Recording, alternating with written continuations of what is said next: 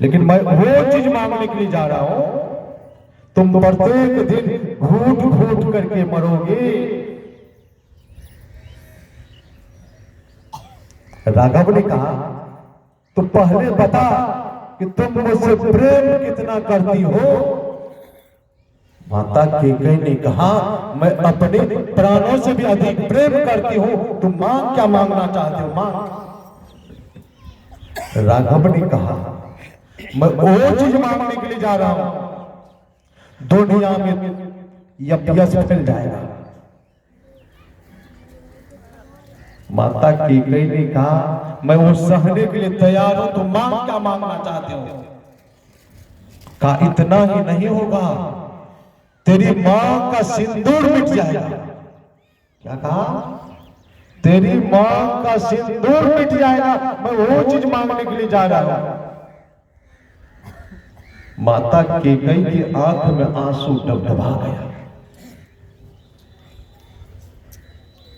माता कैकेयी ने राघव से कहा अब तुम बता कि तुम मुझसे कितना प्रेम करते हो।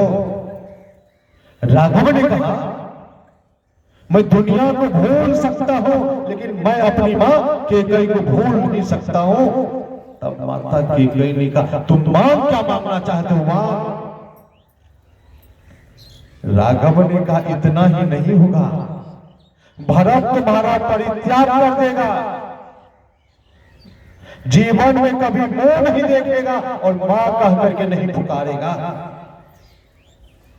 माता कैकेयी ने कहा तुम तो मुझको मां कह करके पुकारोगे। राघव ने कहा अवश्य। माता कैकेयी ने कहा जब संसार के पिता, संसार के मालिक मुझे मां कह करके पुकारेगा, भरत पुकारे या नहीं पुकारे मुझे उससे कोई मतलब नहीं है, तुम मां क्या मांगना चाहते हो। राघव ने कहा इतना ही नहीं होगा, संसार की कोई भी मां अपनी बेटी का नाम कैकेयी नहीं रखेगा। माता कैकेयी ने कहा मैं वो भी सहने के लिए तैयार हूं, तुम मां क्या मांगना चाहते हो। जब सब बात में माता कैकेयी हां में हां मिला दे, तब राघव ने कहा पिता के पास 2 वरदान है। एक वरदान में मेरे लिए 14 वर्ष का वनवास और भरत के लिए राज। क्या माता कैकेयी का दोष है? माता कैकेयी का दोष है? भगवान ने अपने से अपने लिए 14 वर्ष के वनवास मांगे क्यों? 14 वर्ष का ही वनवास क्यों मांगे? 13 वर्ष का, 12 वर्ष का, 16 वर्ष का क्यों नहीं मांगे? 14 वर्ष का ही वनवास क्यों मांगे? मैं पूछ रहा हूं, आप लोग। भगवान ने 14 वर्ष का वनवास इसलिए मांगे, बहुत बात है, मैं 1-2 बात कहता हूं। भगवान को पता था, ब्रह्मा जी ने मेघनाद को आशीर्वाद दिया था कि तुमको वही मारेगा जो 14 वर्ष तक भोजन नहीं करेगा, जो 14 वर्ष तक सोएगा नहीं, जो 14 वर्ष तक स्त्री का चिंतन नहीं करेगा। भगवान को तो पता था, भगवान के मन में था जब मैं बन जाऊंगा तो मेरे साथ तो लक्ष्मण भी जाएगा, मेरे बिना वो रह नहीं सकता।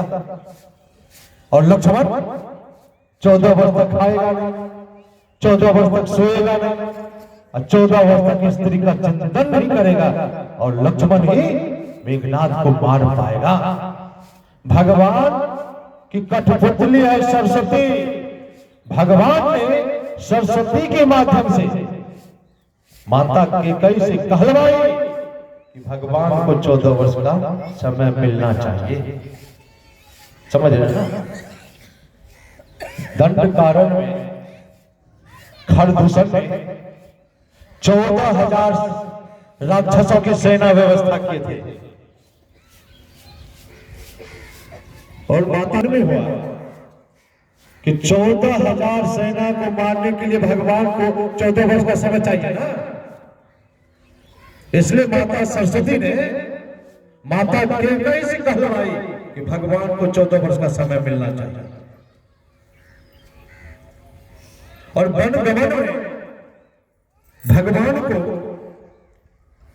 14 राक्षस का दमन करना था। कुछ को हनुमान जी मारते, कुछ को लक्ष्मण जी मारते, कुछ को भगवान।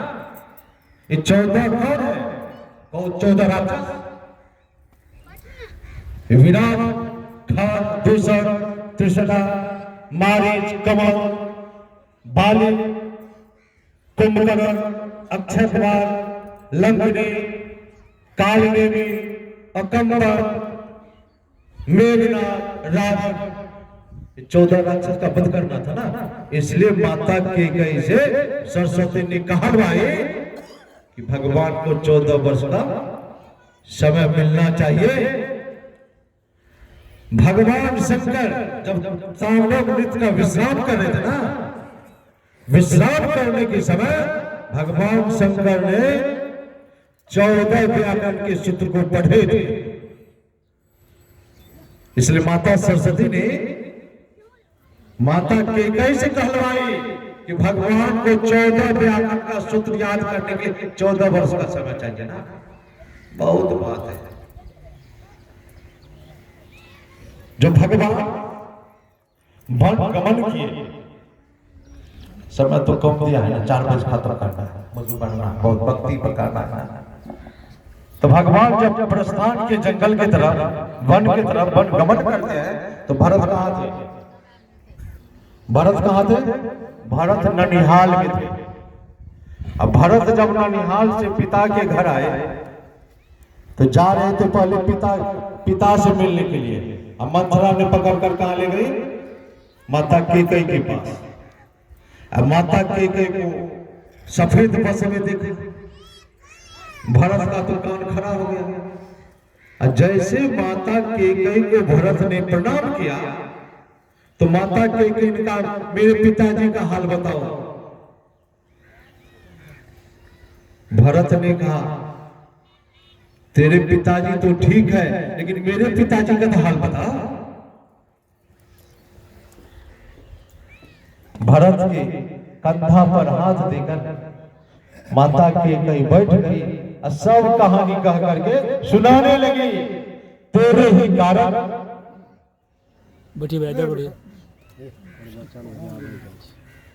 तेरे पिता की प्राण चला गया, सब कुछ मैं तेरे लिए किया।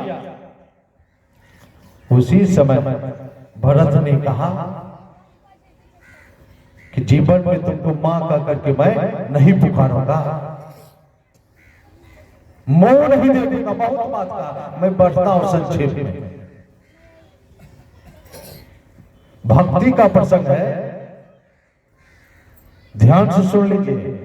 भक्ति करने में अगर मां को बाधा पहुंचाती है, उस मां का परित्याग कर देने में कोई हानि नहीं है।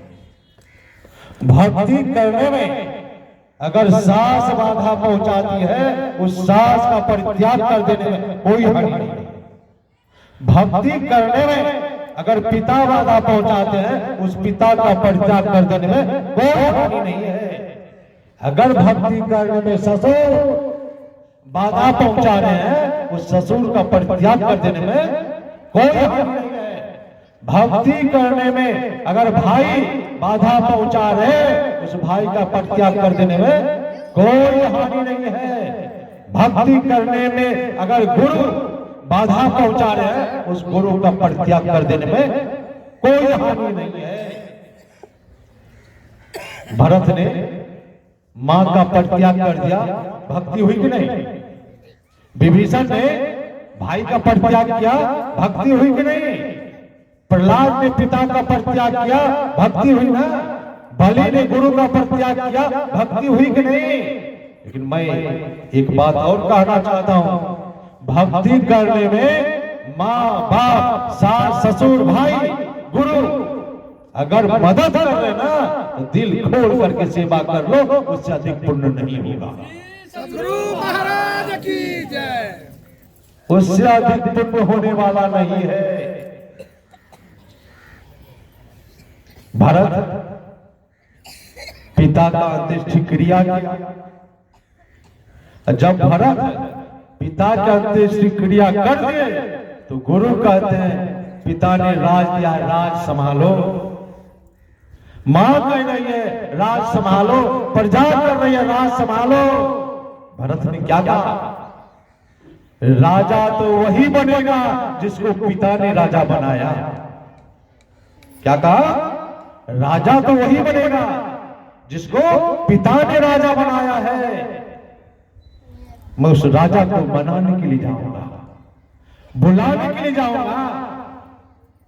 प्रातः काल होते ही मैं चित्रकूट के लिए प्रस्थान करूंगा और जिसको मेरे साथ चलना हो चलना। भाई भाई में कितना प्रेम है।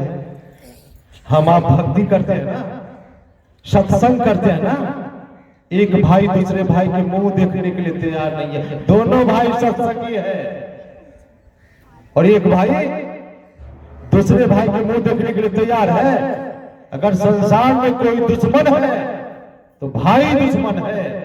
यही आपने भक्ति किया, यही आपने सत्संग किया, यही आपने रामचरितमानस का चिंतन किया। क्या किया? जब सत्संग सुनकर हम अपने जीवन में उतारे नहीं तो सत्संग करने से क्या फायदा? माता जानकी का अपहरण हुआ, कौन ले गया? रावण ले गया ना। कहां ले गया? लंका रखा था अशोक वाटिका में। खोजने के लिए कौन गया? हनुमान। जब हनुमान अशोक वाटिका पहुंचते हैं तो माता जानकी का दर्शन किया, उनको नमन किया।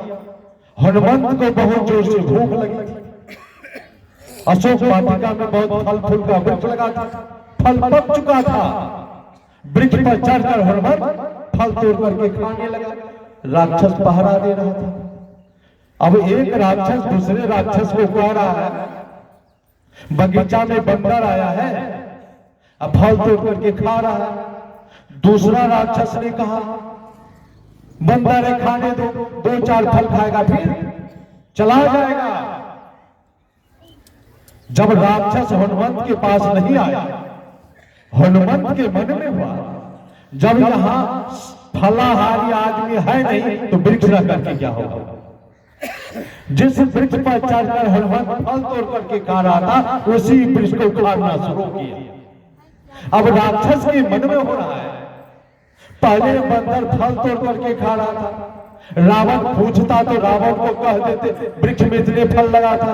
अब तो वृक्ष को खा रहा है, रावण को क्या जवाब देंगे? राक्षस ने हनुमंत से कहा ये बंदर तू क्या कर रहा है? हनुमंत ने कहा मैं तुम लोगों का इंतजार कर रहा हूं, आओ तो मेरे पास। राक्षस हनुमंत के पास नहीं आया। और जब राक्षस हनुमंत के पास नहीं आया तो हनुमंत ने क्या किया? वृक्ष को उखा रहा था ना, उसी वृक्ष को लेकर राक्षस को मारने के लिए दौड़ा, प्रहार किया राक्षस के ऊपर। कुछ राक्षस तो मारा गया, कुछ धराशायी हो गया, कुछ भाग गया।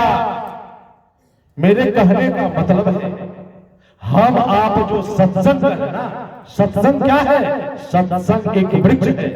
क्या है?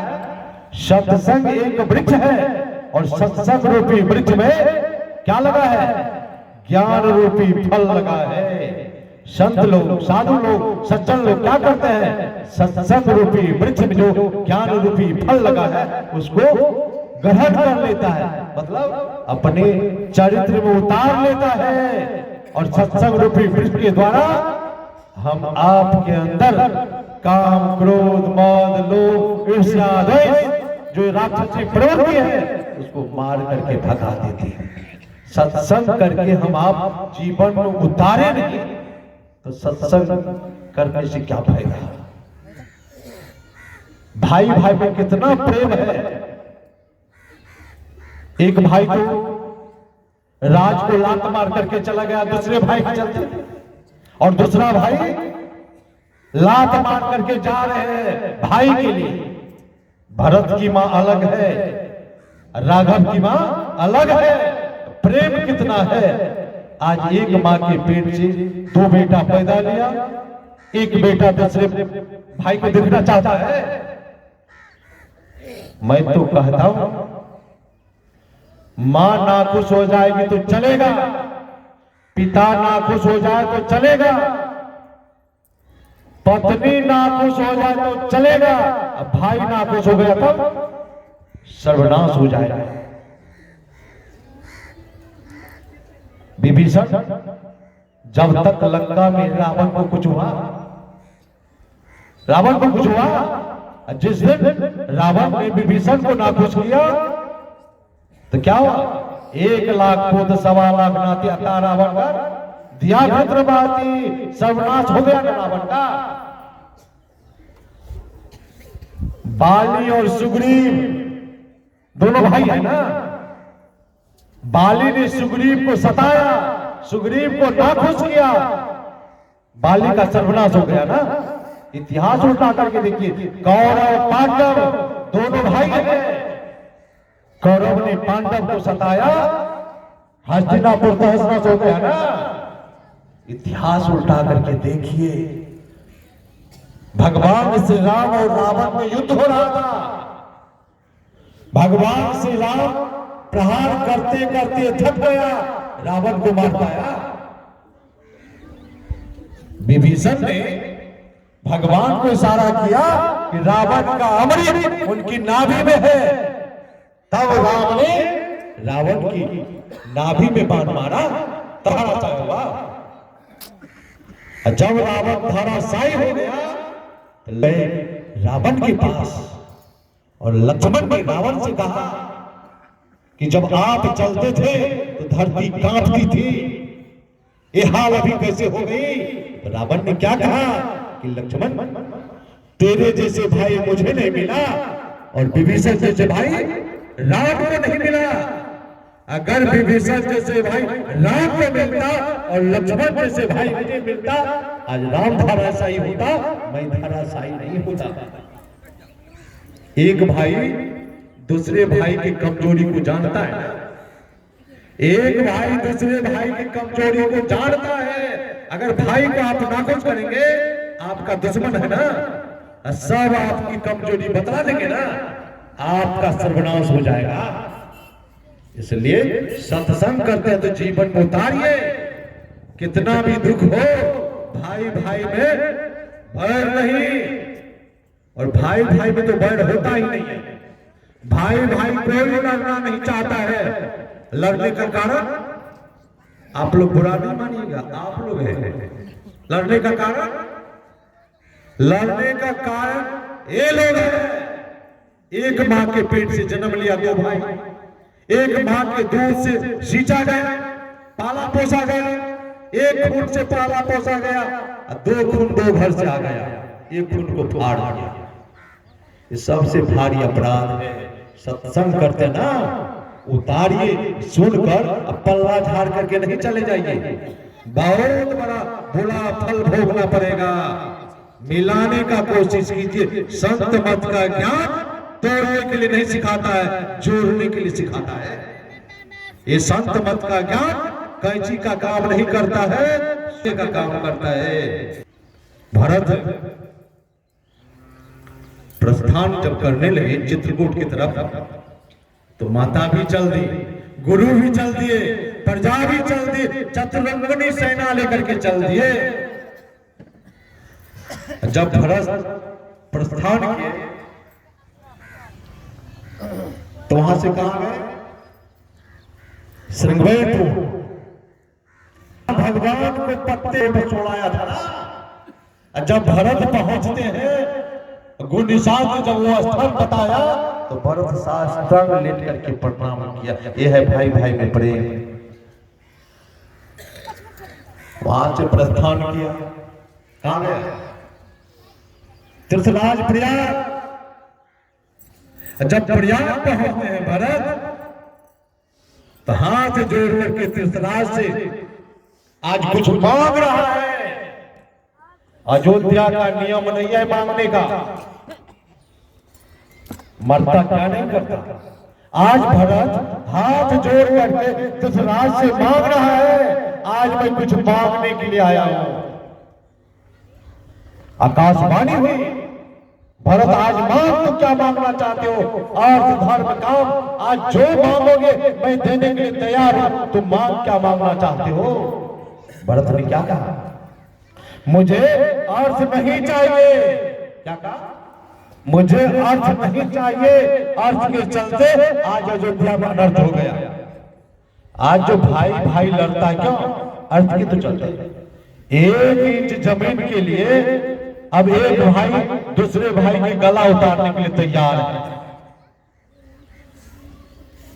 भरत ने कहा मुझे अर्थ नहीं चाहिए, जिस अर्थ के चलते अयोध्या में अनर्थ हो गया।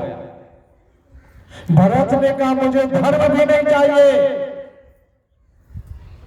धर्म की बात करते करते मेरे पिताजी स्वर्ग चले गए और धर्म का पालन करते करते मेरे भैया वन गमन कर चले गए।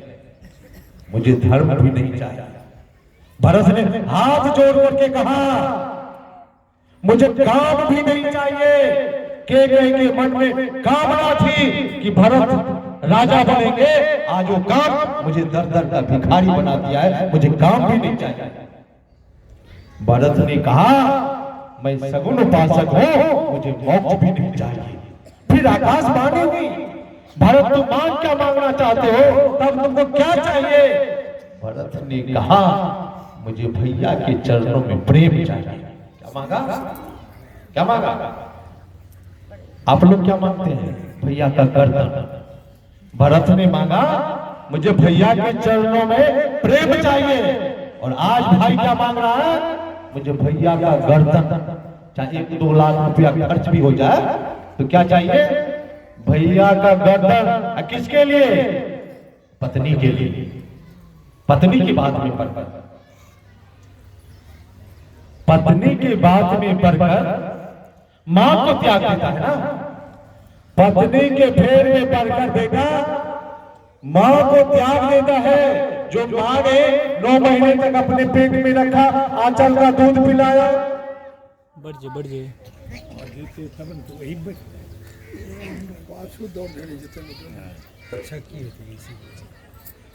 उस मां का परित्याग कर देता है। भरत वहां से प्रस्थान किए। अब सीधे ले जाता हूं चित्रकूट, समझ को। जब चित्रकूट भरत सब सेना के सब दल फौज के पास साथ पधारते ना, जैसे भरत ने देखा, लक्ष्मण ने देखा तो लक्ष्मण वृक्ष पर चढ़ गया और लक्ष्मण ने भगवान से कहा भैया हाथ में बाण उठाओ, केकई पुत्र भरत आ रहा है युद्ध करने के लिए। मैया को पीछे छिपा दो। भगवान ने क्या कहा कि भरत तुम वृक्ष से नीचे उतर, वृक्ष से ही नीचे नहीं उतर, तू क्रोध से भी नीचे उतर। तू क्या कह रहा है? हाथ में बाण उठाने के लिए? कान खोल तो लक्ष्मण सुन ले, सीता जैसी पत्नी हमको 1000 मिल जाएगी, लेकिन भरत जैसे भैया दोबारा मिलने वाला नहीं है। मैं भैया के लिए तो हाथ बढ़ाऊंगा और तू कहता है बाण उठाने के लिए। ये है भाई भाई का प्रेम। हम आप भक्ति करते हैं, सत्संग करते हैं, एक दूसरे से झगड़ा कर रहे हैं, लड़ाई कर रहे हैं, जीवन बता रहे हैं। जैसे भरत पहुंचते भगवान के चरण पर लेट गया, साष्टांग लेट गया। अब भरत भगवान को मना रहे हैं वापस आने के लिए। अब भगवान तैयार नहीं हो रहे। भगवान ने भरत से कहा कि भरत पिता शरीर का परित्याग कर दिए और पिता की मैं आज्ञा में हूं ना, 14 वर्ष के वनवास दिया। दुनिया के लोग क्या कहेंगे? पिता का शरीर छूट गया तो बेटा वापस आ गया। बहुत समझाने लगे भरत सत्याग्रह पर बैठ गए। हम आप यही नहीं सुनते हैं कि महात्मा गांधी सत्याग्रह पर बैठे थे? सबसे पहले सत्याग्रह पर भरत बैठे थे। इनके लिए, एक भाई के लिए। नहीं आया, कितना हम मनाते रहे, तब ऋषि मुनि आकर के समझाए। तब भरत जब चल दिए ना, तो चलते समय भरत ने कहा, भैया मैं एक चीज मांगना है। भगवान ने कहा, तो प्राण भी मांग, मैं प्राण देने के लिए तैयार हूं। तुम मांग, क्या मांगना चाहते हो? भरत ने कहा, चरण पादुका। क्या मांगा? चरण पादुका। चरण पादुका को लेकर के चले हैं। जब भरत लौटे तो कहां गए? आप गीतावली पढ़ेंगे ना, गीतावली में सब कुछ लिखा है। भरत जब भैया नहीं आए लौटकर, चरण पादुका को जब सिर पर लेकर के चले, तो भरत नंदीग्राम चले गए। माता कौशल्या मिलकर के आई, तो राजभवन से बाहर पांव नहीं रखा। गीतावली में लिखा है, आप पढ़िए। और दोबारा मिलने के लिए भरत नहीं गए। एक बार जो मिल करके आए भाई से, दोबारा मिलने के लिए क्यों नहीं गए? दोबारा इसलिए मिलने के लिए नहीं गए। अरे जनरेटर मार दीजिए, बंद नहीं कीजिए जनरेटर को। समय आधा घंटा बचा, हम आगे बढ़ता।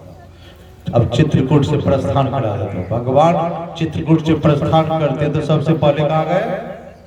सबसे पहले भगवान गए अत्रि मुनि के आश्रम। एक रात वहां विश्राम किए। सुबह वहां से चलते हैं, रास्ते में कमंद नामक राक्षस का वध किया। वहां से आगे बढ़ते सर्वभौम मुनि को दर्शन दिया। सर्वभौम मुनि को दर्शन देने के बाद भगवान कहाँ गए? भगवान चले गए सुतिक्ष मुनि के पास। सुतिक्ष मुनि जंगल में ध्यान पर बैठे हुए थे। भगवान वहां पहुंचे।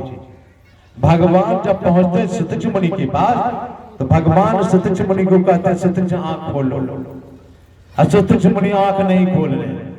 क्यों नहीं खोल रहे?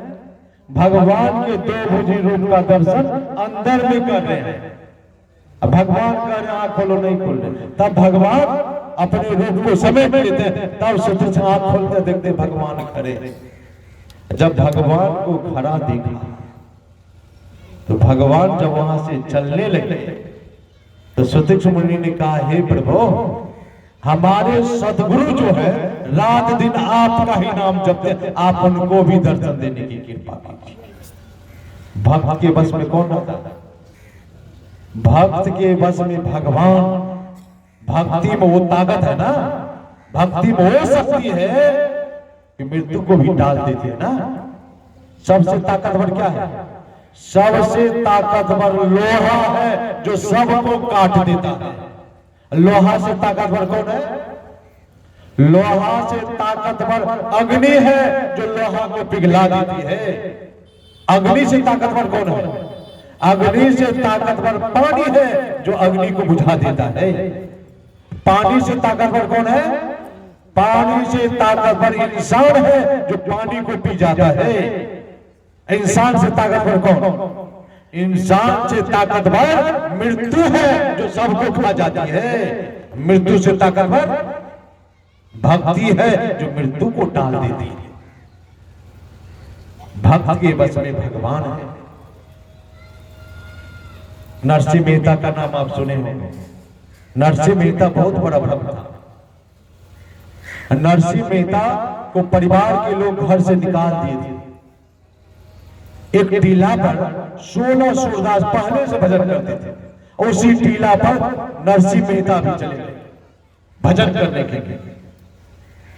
एक दिन क्या होता है, नरसिंह मेहता की बेटी के यहां से, नरसिंह भगत की बेटी के यहां से निमंत्रण कार्ड आया। किनको? नरसिंह भगत को। नरसिंह भगत जैसे कार्ड खोल करके पढ़ रहे थे, तो सूरदास जो 16 था ना, वो सुन लिया। सूरदास ने कहा कि बाबा, कहां से निमंत्रण कार्ड आया, हम लोग भी चलेंगे। बाबा लोग तो भंडारा खाने में आगे रहता, कहा हम लोग भी चलेंगे। नरसिंह भगत ने कहा निमंत्रण कार्ड तो बेटी के यहाँ से आया है, अब बेटी का घर बहुत दूर है, जाओगे तो जाओगे कैसे, न कोई गाड़ी है न सवारी है, जाओगे कैसे। सूरदास ने कहा कि बाबा आपका तो बहुत बड़ा बड़ा भक्त है, किसको गाड़ी नहीं देगा। नरसिंह मेहता ने कहा कौन देता है। सूरदास ने कहा आप मांग करके तो देखिए, सबसे बड़ा भक्त के यहाँ गया नरसिंह भगत, और भक्त से नरसिंह भगत ने कहा कि बेटी के यहाँ से निमंत्रण कार्ड आया है। तो भगत ने कहा बेटी के यहाँ से निमंत्रण कार्ड आया तो वहां तो जाना चाहिए, जाइए। कहा जाओ तो जाओ कैसे, बेटी का घर बहुत दूर है, न गाड़ी है न सवारी है, जाओ तो जाओ कैसे। भगत ने कहा कि बाबा खेती की समय है, नहीं तो मैं आपको बैलगाड़ी दे देता, लेकिन आप तो महाराज है बाबा, आपको तो ना कहने में नहीं बनता ना हाँ कहने में बनता है। एक काम कीजिए, एक पुरानी गाड़ी है और 2 बूढ़ा बैल है, यही लेकर के चले जाइए।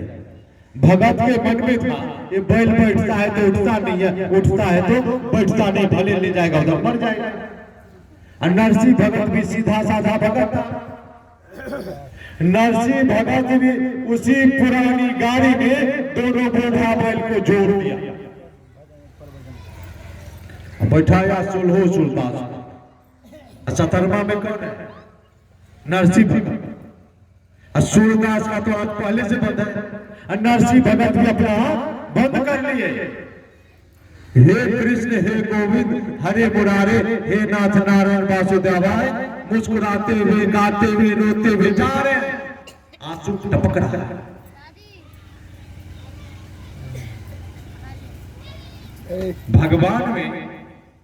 भगवान में और सदगुरु में एक कमजोरी है। क्या कमजोरी है? जिस दिन आप भगवान की कमजोरी सदगुरु की कमजोरी को पकड़ लेंगे, आपकी भक्ति बहुत जल्दी हो जाएगी। क्या कमजोरी है? भगवान में क्या कमजोरी है? सदगुरु में क्या कमजोरी है? अपने भक्तों को रोते हुए देखना नहीं चाहते, समझे ना। जिस दिन हम आप रो लेंगे ना, कभी रोए हैं, कभी रोए, हम आप स्तुति भी करते हैं, है प्रेम स्तुति करते समय, बाल भी संभाल रहे हैं, कपड़ा भी पहन रहे हैं, घर का काम भी कर रहे हैं, स्तुति भी कर रहे हैं, है प्रेम। भगवान श्री राम ने रामचरितमानस में स्तुति करने के लिए सिखलाया, मम गुण गावत पुलक शरीरा, गद गद भरा नयन बहनीरा। जिस दिन स्तुति करते समय हम आपका शरीर विह्वल हो जाए, शरीर का रोंगटा खड़ा हो जाए, हृदय गदगद हो जाए, आंख से आंसू झरने लगे, तुरंत दया कर देंगे, तुरंत कृपा कर देंगे। कभी रोए, कभी रोए, कभी भूख को खोए, कभी नींद को खोए, है प्रेम नहीं। रात दिन हम आप गाते हैं श्री सदगुरु की सार शिक्षा याद रखनी चाहिए, अति अटल श्रद्धा प्रेम से गुरु भक्ति करनी चाहिए। मुंह बोलता है, दिल नहीं बोलता, मुंह बोलता है प्रेम गुरु में। गुरु महाराज पदावली में क्या लिखे? गुरु की भक्ति साधु की सेवा बिन कछु नहीं पाई हो। मैं कह रहा हूं, गुरु महाराज कह रहे हैं, बोलिए। है प्रेम, है निष्ठा, है श्रद्धा। गुरु महाराज पदावली में क्या लिखे हैं? गुरु तजी और चित्त न बसाइए, गुरु गुरु गुरु नित है। गुरु महाराज कहते हैं अपने हृदय में गुरु को छोड़कर किसी को बैठने नहीं दीजिए। हम आप गुरु को त्याग कर दुनिया को बिठा लिए ना, गुरु को त्याग कर अलवा सतनी बालकर को बटोरने में लगे ना। नवदा भक्ति का पाठ हुआ ना, भगवान श्री राम माता सबरी को उपदेश दिया ना 9 प्रकार की भक्ति, संत कबीर साहब ने क्या कहा, भक्ति तो सब कोई करे अब भरमाना नहीं डरे। भक्ति तो अपने जानते सब कर रहे, अब भरम दूर हो रहा है। 9 प्रकार की भक्ति में भगवान माता सबरी को कहा जल की पूजा करने के लिए, पहाड़ की पूजा करने के लिए कहा, वृक्ष की पूजा करने के लिए कहा, केला में धागा लपेटने के लिए कहा, पीपल में धागा लपेटने के लिए कहा है। फिर आप लोग कहां से ले आए? भगवान जो कहे हम आप वो नहीं करेंगे तो हम आपका कल्याण होगा? हम आपका कल्याण कभी नहीं होगा। भगवान माता सबरी को 9 प्रकार की भक्ति में नहीं कहे हैं जल की पूजा करने के लिए, पहाड़ की पूजा करने के लिए, वृक्ष की पूजा करने के लिए, लता की पूजा करने के लिए नहीं कहे। कहीं बोले हैं? कहीं बोले हैं तो आप दिखाइए हमको।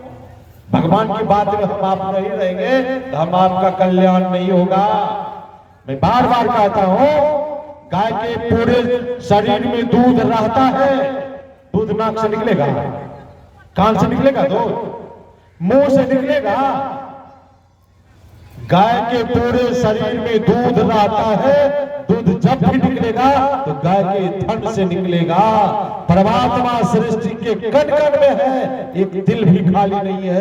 पानी में भी है, पहाड़ में भी है, वृक्ष में है, लता में है, उस केला में भी है, लेकिन मिलेगा कहां मिलेगा? पानी में मिलेगा, पहाड़ में मिलेगा, वृक्ष में मिलेगा। परमात्मा जब भी मिलेगा तो गुरु महाराज क्या कहें, निज तन में खोज सज्जन बाहर न खोजना, अपने ही घट में हरि है अपने में खोजना। गुरु नानक देव जी महाराज ने क्या कहा, सब कुछ घर माई बाहरी का चुनाई, बाहरी टोले सो घर में भुलाई। घर किसको कहा? ईट पत्थर के घर को। ईट पत्थर का जो घर है ना, वो अवध बिहारी बाबू के रहने का घर है, और अवध बिहारी बाबू का असली घर ये शरीर ही है। और गुरु नानक देव महाराज कहते हैं सब कुछ इस शरीर के अंदर है, हम आप खोज रहे हैं बाहर मिलेगा। भक्ति को समझना पड़ेगा, नहीं तो भ्रम दूर नहीं होगा। एक केतारी लेकर, अदवा सुथनी बालकन लेकर नदी में जाकर थर थर कांपते हैं ना, सार भक्ति है। गुरु महाराज ने कहा आओ भाई सार भक्ति करी हो। कौन चीज को उपासना करते हैं आप? सूर्य भगवान की छठ पर्व में सूर्य का दर्शन कहाँ होगा? पता नहीं पड़ेगा। गुरु महाराज क्या कहे, त्रिकुटी में सूर्य उगे हो। जब आप सदगुरु से जुक्ति लेकर आज्ञा चक्र का भेदन करते हुए, सहस्त्र कमल को पार करते हुए जब त्रिकुटी में पहुंचेंगे, वहां सूर्य का दर्शन होगा, वही असली छठी पर्व होगा, भ्रम तो दूर होगा। आज भक्ति तो सब कर रहे हैं ना। सनातन धर्म में 4 वेद है, 6 शास्त्र है, 18 पुराण है, 108 नीतियां हैं, और इसमें क्या कमी है? आप लोग जाते हैं मजार पर चादर चढ़ाने के लिए, कब्र पर चादर चढ़ाने के लिए जाते हैं ना, इसमें क्या कमी दिखा आपको जो उधर जा रहे हैं आप? बिनु सत्संग विवेक न होई, जब तक आप सत्संग नहीं करेंगे ज्ञान नहीं होगा। क्या कमी है? क्या कमी? आप देवता को देवता कहते देने वाले, देवता किसको कहते हैं? देने वाले। अब वृक्ष हम लोग को क्या देता है? बोलिए, वृक्ष क्या देता है? वृक्ष क्या देता है? बोलिए ना। अरे फल देता है, ऑक्सीजन देता है, बहुत कुछ देता है, देने वाला है ना, वो भी देवता है। मैं नहीं कह रहा वो देवता है, उस देवता का पूजा कैसे करेंगे? आरती दिखाने से, अगरबत्ती दिखाने से, मिठाई चढ़ाने से? उस देवता का पूजा अगर करना चाहते हैं आप तो जड़ में निकोनी कीजिए, पानी डालिए, उर्वरक पदार्थ डालिए, तब पूजा होगा। माँ बाप भी देवता है।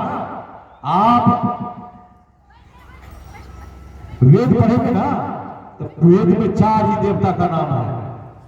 कितने देवता का नाम? 4। कौन कौन? मातृ देवो भव, पितृदेवो भव, आचार्य देवो भव, अतिथि देवो भव।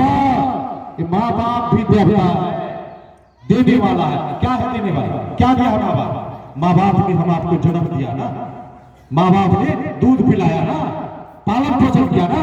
माँ अगर धरती है तो पिता परमात्मा है, समझ रहे ना। इस देवता का पूजा कैसे करेंगे? आरती दिखा देंगे तो हो जाएगा? मुंह के पास जाकर के आरती दिखाएंगे तो माँ बाप का पूजा हो गया? सेवा शुश्रूषा करना पड़ेगा, बहुत उपकार है ना। माँ बाप का बहुत उपकार है, पहले उसको खुश कर लो, प्रसन्न कर लो। भक्ति करके जीवन में कुछ करना चाहते हैं ना, पहले माँ बाप का भक्ति कर लो, प्रथम गुरु होंगे। माँ बाप नहीं रहेंगे तो फिर गुरु कहां से मिलता? हम आप जन्म नहीं लेते तो गुरु के शरण में कैसे जाते? पहले उस देवता को खुश करो, सास ससुर को खुश कर लो, उस देवता का पूजा सेवा शुश्रूषा करता है। खाने पीने के लिए बहुत दीजिए ना।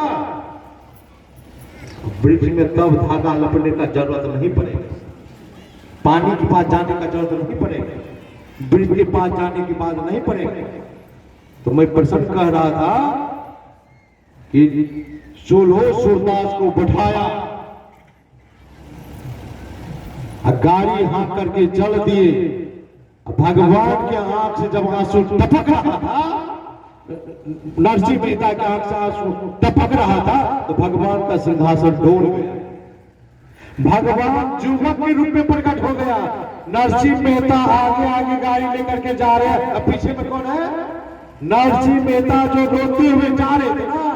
संत कबीर साहब ने कहा, कबीर मन निर्मल भया जैसे गंगा नीर, पीछे पीछे हरि फिरे कहत कबीर कबीर। जिस दिन हम आपका मन निर्मल हो जाएगा ना, सदगुरु भी हम आपके पीछे पीछे चलेंगे। अभी नहीं चलते, कारण क्या है? भक्ति तो करते हैं, जिलेबियां हो रहे हैं, ईर्ष्या द्वेष है ना, एक दूसरे से जलन है ना, एक दूसरे से डर है ना।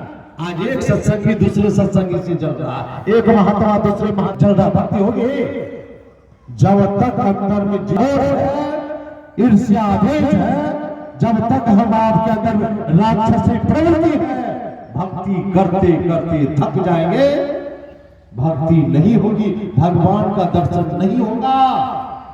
नरसिंह भगत जो रोते हुए जा रहे थे ना, भगवान का सिंहासन डोल गया, भगवान युवक के रूप में पीछे प्रकट हो गया। जब प्रकट हो गया तो भगवान तो युवक के रूप में प्रकट हुआ। क्या करें? गाड़ी वाले हमें बिठा ले, एक बार गाड़ी थाम, भगत मैं हार गया। अब भगवान किसको करे? भगत को। क्या मैं तुमसे हार गया हो, एक बार गाड़ी रोको, मुझे भी बिठा लो। भक्त से भगवान भी हार जाते ना। जब भगवान ने कहा गाड़ी वाले हमें बिठा ले, एक बार गाड़ी थाम, भगत में हार गया। सूरदास ने कहा कि बाबा पीछे से कोई आवाज लगा रहे हैं।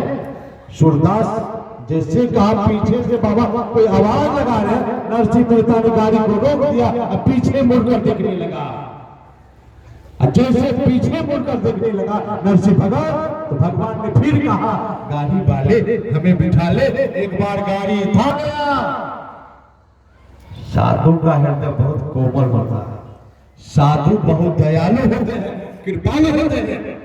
जो साधु दीन दुखी को देखकर रोया नहीं, हृदय पिघला नहीं, क्या वो साधु है? दीन दुखी को देखकर जिस साधु का हृदय पिघला नहीं, वो साधु नहीं हो। क्या है? वो काल नेमी है, वो रावण है। जैसे भगवान को थोड़े पहचानते नरसिंह भगत, वो तो युवक के रूप में ना। जैसे युवक ने कहा गाड़ी वाले हमें बिठा ले, एक बार गाड़ी थाम, भगत मैं हार गया। नरसिंह भगत ने कहा आओ तुम भी बैठ जाओ। देखिए कितने दयालु है। गाड़ी पुरानी है, बैल बूढ़ा है, 16 सूरदास पहले से 17वां में अपना है, 18वां में किसको बिठा लिया? युवक को। है भगवान लेकिन है युवक के रूप में। जब युवक को नरसिंह मेहता ने बैठा लिया तो नरसिंह मेहता ने युवक से कहा मैं तो तुमको बैठा लिया हूं गाड़ी पर, अब पहुंचने के लिए जल्दीबाजी नहीं करना, क्योंकि हमारी गाड़ी पुरानी है, हमारी गाड़ी टूटी है, बैल बूढ़ा है, पहुंचने के लिए जल्दीबाजी नहीं करना। तो भगवान ने क्या कहा? गाड़ी तेरी ठीक करूंगा, मन में मैंने ठानी है। भगवान ने क्या कहा? गाड़ी तेरी ठीक करूंगा, मन में मैंने ठानी है। नरसिंह भगत ने हाथ जोड़ करके कहा कि भगवान की बहुत कृपा है, तुमको भेज दिया। तुम्हारा नाम क्या है, जाति क्या है? तो भगवान ने कहा खाकी मेरी जाति भगत जी, कृष्णा मेरा नाम है।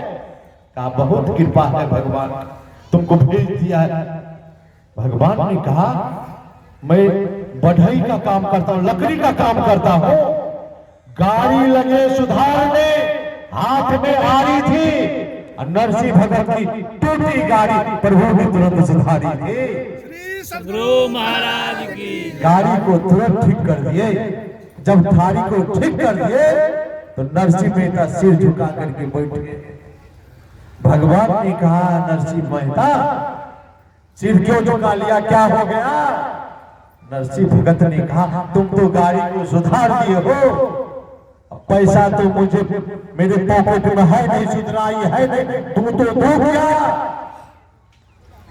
भगवान ने कहा कि नरसिंह मेहता जो मुझे प्रेम से भजन सुना देता है मैं उनकी गाड़ी चला देता हूं। हम आप प्रेम से अगर भजन गा देंगे ना तो सदगुरु हम आपकी गाड़ी चला देंगे। हम आप प्रेम से भजन गा देंगे, भगवान हम आपकी गाड़ी चला देंगे। लेकिन है प्रेम? प्रेम है? प्रेम है नहीं, सिर्फ हम आपका मोह बोलता है। किसी सदगुरु की सारी शिक्षा याद रखनी चाहिए, अति अटल श्रद्धा प्रेम से गुरु भक्ति करनी चाहिए। डमाडोल में पड़े है ना, डमाडोल में है, गुरु पर निष्ठा नहीं है, गुरु पर विश्वास नहीं है, गुरु पर भरोसा नहीं है। हम आपको डमाडोल में है, डमाडोल में रहने के कारण तो हम इधर उधर भटक रहे हैं। हम आप गुरु तत्व को नहीं समझ पाए आज तक। जिस दिन गुरु तत्व को समझ लेंगे तो सत्संगी लोग भटकेंगे नहीं। और जब तक भटक रहे हैं गुरु तत्व को नहीं समझ पाया। आप सत्संग में योग सिखो उपनिषद है ना, 5वां अध्याय का पाठ करेंगे। उसमें क्या लिखा है? जो गुरु है वही ईश है, जो ईश है वही गुरु है, कोई अंतर नहीं है। पदावली में क्या पढ़ा हम आपने? गुरु महाराज ने कहा प्रभु गुप्त है, गुरु प्रकट है, दोनों है एक ही दया है ना। गुरु महाराज लिखे हैं, कहते कोई अंतर नहीं है। हम आप अंतर मान लेते हैं, परमात्मा से भी ऊंचा स्थान गुरु महाराज ने गुरु को दिए हैं।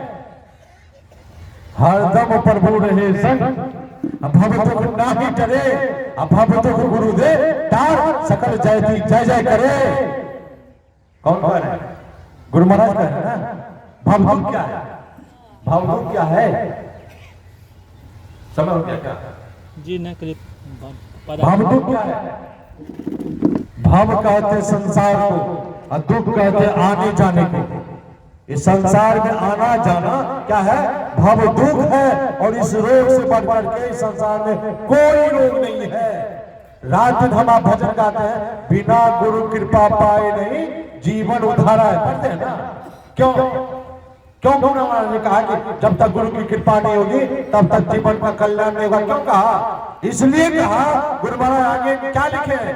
फंसी श्रुति आई हम फांसी, अयन श्रुति आपनी नासी, फंसी श्रुति। अब श्रुति का अर्थ क्या होता है? श्रुति बोलिए, सत्संग है ना अपने पुराने, सिर्फ भजन गाते थे ना। फंसी श्रुति, श्रुति कहते हैं जीव को, या जीव अपने घर जाकर इस शरीर रूपी कारागार में फंस गया है। अयन सुधी अपनी नाची, अपने घर सुधी कहते ख्याल को, अयन कहते घर को, अपने घर के ख्याल को भूल गया। तो गुरु महाराज क्या लिखे? गुरु निज भेद बतलावे। गुरु क्या करते हैं? गुरु निज भेद बतलावे, असूरत को राह दर्शावे। गुरु युक्ति बतला देते हैं, इस जीवात्मा को, इस जीव को अपने घर का मार्ग रास्ता बतला देते ना। इसलिए गुरु महाराज ने क्या कहा? जीव हित आप ही आवे। इस बात को समझ लीजिए। गुरु महाराज कहते हैं जीव हित आप ही आवे, असूरत को आई तारा। आपका अर्थ क्या हुआ? आप कहते परमात्मा को, परमात्मा ही गुरु रूप में अवतार लिए हैं और जीव का कल्याण करके चले जाते हैं। आप रामचरितमानस पढ़ेंगे ना, क्या लिखा है? सदगुरु भय वचन विश्वासा, यहाँ न संयम विषय का आशा। सदगुरु क्या है? सदगुरु क्या है? सदगुरु वैद्य नहीं है, सदगुरु वैद्य राज है। वैद्य का काम क्या है? शरीर में रोग हुआ, चले जाइए आप वैद्य के पास, जड़ी बूटी देंगे, रोग ठीक हो जाएगा। हमारे सदगुरु महाराज वैद्य राज है। ये वैद्य राज किस बीमारी की इलाज करते हैं? किस बीमारी की? भव रोग, ये आवागमन के रोग, ये बीमारी है ना। आप हॉस्पिटल जाते हैं, काहे जाते हैं हॉस्पिटल? रोग के कारण। उसी हॉस्पिटल में डॉक्टर जाते हैं, क्यों जाते हैं? रोग को भगाने के कारण। क्या डॉक्टर रोगी हो जाते हैं? ये संसार एक हॉस्पिटल है और संसार में जितने जीव है सब रोगी बनकर के आए, आवागमन के चक्र पर आए ना, सब रोगी है। और इसी संसार रूपी हॉस्पिटल में हमारे मोहल्ले डॉक्टर वैद्यराज आए हैं ना। हम आप आए हैं रोगी बनकर और हमारे सदगुरु क्या है? डॉक्टर बनकर के। क्या ये भी आवागमन के चक्र में फंस जाएंगे? यही अंतर है संसारी जीव और सदगुरु में, यही अंतर है। भगवान श्री राम का जब जन्म हुआ था ना, भगवान श्री राम का जन्म हुआ था तो भगवान शंकर और सती दोनों गए थे देखने के लिए, दर्शन करने के लिए। भगवान को देखकर भगवान शंकर भाव विभोर हो गए, भाव में भर गए। सती संशय से भर गई। जो संशय से भर जाए वह जीव है, और जो भाव में विभोर हो जाए हर जीव में उसी परमात्मा को देखे, वही तो सदगुरु है। संसारी जीव और सदगुरु में यही अंतर है। भगवान ने कहा जो मुझे भजन सुना देता है मैं उनकी गाड़ी चला देता हूं। भजन भी हम आप प्रेम से गाइए, प्रेम से श्रद्धा से गाइए ना। जब सुतीक्ष्ण मुनि भगवान को कहने लगा कि हमारे सदगुरु भी आपका ही नाम जपते हैं ना, उनको भी दर्शन देने की कृपा कीजिए, भगवान तैयार हो गए। भक्त के बस में भगवान है ना। और सुतीक्ष्ण मुनि आगे आगे जा रहे हैं, अब पीछे से भगवान जा रहे हैं। और सुतीक्ष्ण मुनि पहले पहुंच गए गुरु के पास। अगस्त मुनि गुरु थे ना। और जैसे सुतीक्ष्ण मुनि अपने गुरु के पास पहुंचते हैं तो अगस्त मुनि ने कहा मैं तो तुमको कहा था कि भगवान को लेकर के आने के लिए खाली हाथ कैसे आ गया? पीछे की कहानी में छोड़ दिया, समय नहीं था। कहा सुतीक्ष्ण मुनि ने कहा कि हे सदगुरु, हे दयालु कृपालु सदगुरु, आपने कहा था मुझे पत्थर का भगवान लाने के लिए, मैं आज साक्षात पार ब्रह्म परमेश्वर को लेकर के आया हूं। तब तक भगवान पहुंच गए। जैसे भगवान को अगस्त मुनि ने देखा, सुतीक्ष्ण मुनि को हृदय से लगाकर फूट फूट करके रोने लगा। एक भक्त में इतना दम है, इतनी शक्ति है, अपने सदगुरु को भी भगवान का दर्शन करा सकते हैं। एक रात भगवान वहां रहे। सुबह भगवान अगस्त मुनि से आज्ञा लेकर के प्रस्थान किए, पंचवटी गए। अब पंचवटी जैसे गए, पंचवटी में एक कुटिया बनाई गई थी भगवान के लिए, एक कुटिया बनाई गई थी लक्ष्मण के लिए। अब पंचवटी से बसंत ऋतु भाग गई थी।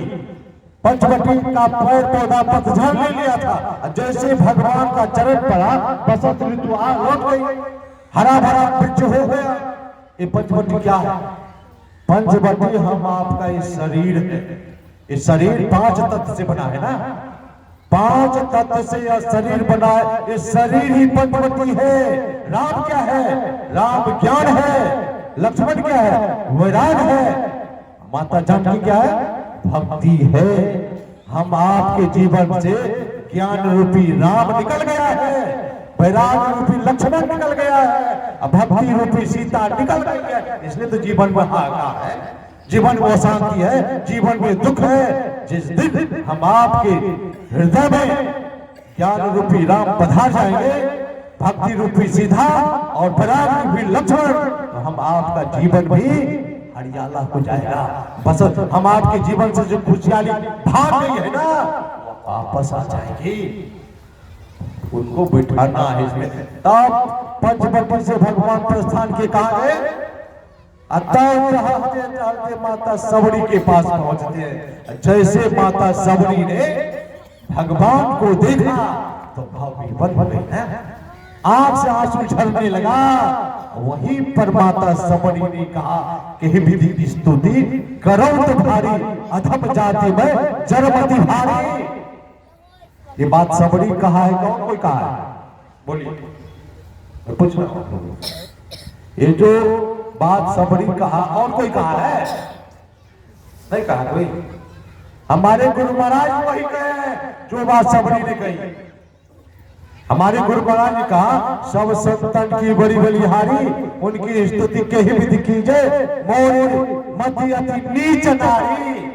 इतने बड़े संत, त्रिकालदर्शी संत है, मुर्दा को जिंदा करने वाले संत क्या कह रहे हैं? मेरी बुद्धि नीच है, अनाड़ी है। हम आप थोड़ा पढ़ लिए, दीक्षा ले लिए, प्रवचन करने लगे तो हम आपसे बड़ा कोई है ही नहीं। गुरु महाराज क्या कह रहे हैं? मेरी बुद्धि नीच है, अनाड़ी है, भक्ति विनम्रता में है, अहंकार में भक्ति है। आपको अगर किसी भी प्रकार की अहंकार है, जाति के अहंकार, सुंदरता के अहंकार, विद्या के अहंकार, धन के अहंकार, प्रवचन करने के अहंकार, भक्ति नहीं होगी। भक्ति है विनम्रता में। आप मंदिर जाते हैं ना, मंदिर पूजा करने के लिए जाते हैं ना, जूता बाहर में खोलते हैं कि पहन करके जाते हैं? जूता को बाहर में खोलते हैं कि जूता लेकर के मंदिर खोलते हैं? क्यों खोलते हैं बाहर में? बोलिए, क्यों खोलते हैं बाहर में? जूता पहन करके मंदिर में जाएंगे तो भगवान कहेंगे क्यों आए हो? कहेंगे हम आप तो जूता खोलते हैं, लेकिन हम आपको पता नहीं है कि क्यों खोलते हैं।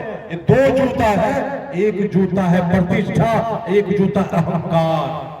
आप पूजा करने के लिए जा रहे हैं ना, भक्ति करने के लिए जा रहे हैं ना, भक्ति करते समय प्रतिष्ठा और अहंकार को खत्म करना पड़ेगा। और जब तक प्रतिष्ठा अहंकार रहेगा भक्ति नहीं होगी। माता सबरी करो तुम्हारी, अधम जाति में जरमति भारी। भक्ति करके जीवन में कुछ करना चाहते हैं ना, अपने अवगुण को प्रकट कीजिए। हम आप क्या करते हैं? अपने अवगुण को छिपाते हैं। सद्गुण नहीं भी है तो जोर जोर करके प्रकट करते हैं ना, नहीं होगी भक्ति। सहरसा जिला है ना, सहरसा जिला में बनगो बस्ती है, बहुत उच्च कोटि के महापुरुष रहते थे। कौन? लक्ष्मीनाथ गोसाई, बहुत उच्च कोटि के महापुरुष थे। और उन्होंने क्या कहा कि प्रभु हो कोटि दोष हमारो, कहाँ छिपाओ, छिपत नहीं तुमसे रवि शशि नयन तिहारो। भक्त है ना, अपने अंदर के अवगुण को प्रकट करते हैं।